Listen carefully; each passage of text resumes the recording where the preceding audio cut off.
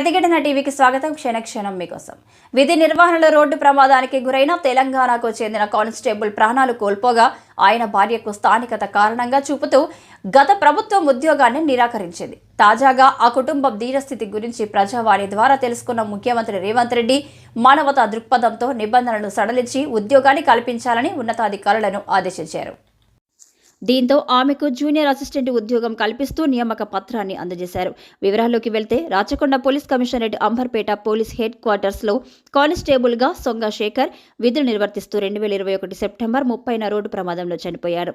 ఆయన భార్య సత్యలత ఆంధ్రప్రదేశ్ రాష్ట్రానికి చెందడంతో స్థానికత నిబంధనల కారణంగా ఆమెకు ఉద్యోగం లభించలేదు. 2 ఏళ్లుగా ఆ కుటుంబం ప్రభుత్వానికి విన్నవించుకున్న ఫలితం లేకపోయింది. దీంతో బాధితులు ప్రభుత్వ ప్రజావాణి కార్యక్రమంలో ముఖ్యమంత్రి రేవంత్ రెడ్డిని కలిసి తమ కుటుంబ దీనస్థితిని వివరించారు. దీనిపై సత్వరమే స్పందించిన ముఖ్యమంత్రి మానవతా దృక్పథంతో నిబంధనలు సడలించి ఉద్యోగం ఇవ్వాలని రాష్ట్ర డీజీపీ రాచకొండ సిపిలకు ఆదేశాలు జారీ చేశారు.